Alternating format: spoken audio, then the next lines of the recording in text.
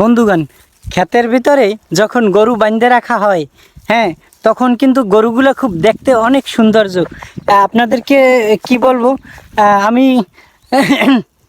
একটা বিষয় আপনাদের সাথে শেয়ার করি। সে বিষয়টা হচ্ছে, দেখেন, গরু দেখা যাইতেছে কই, ওই যে গরু দেখা যাইতেছে, নিশ্চয়ই আপনারা দেখতে পাইতেছেন, ঠিক আছে?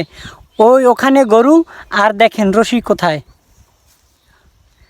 এই যে দেখছেন রশি কোথায়, ওই যে নিশ্চয়ই দেখা যাইতেছে, এই যে এই দেখেন, এই যে এখানে গরু, রশি, হ্যাঁ, এই যে গোসকোপা দেখেন,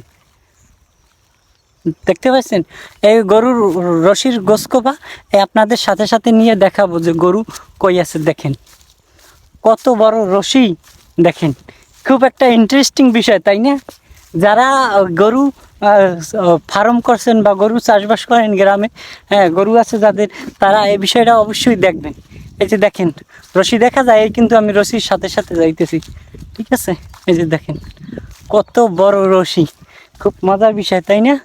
এই যে দেখেন গরুর কাছাকাছি আমরা চলে আইছি অলরেডি। এই যে দেখেন, এই যে গরু দেখছেন, দেখেন কি সুন্দর গরু, অসাধারণ। দেখেন কি সুন্দর, গাভীটা ঘাস খাচ্ছে। অনেক বড় রশি দিয়ে গরু বাঁধে রাখার কারণ হচ্ছে, এই যে দেখেন এই সাইডে সবুজ কলা গাছ টাছ আছে, ক্ষেত আছে, এই সাইডে আছে, তো এগুলো সব খাইয়ে লাইব বিদায় ওনারে বাঁধে রাখা হয়েছে বড় রশি দিয়ে, যাতে আবার ঘুরে ঘুরে সারাদিনে, সকালে বানলে যেন বিকেলে খাইতে পারে, বিকেল পর্যন্ত একই জায়গায় বৈশা খাইতে পারে। গরুর মালিকের জন্য ওই বারবার গোস এখান থেকে উঠেই আর এক জায়গায় যেন না করতে হয়।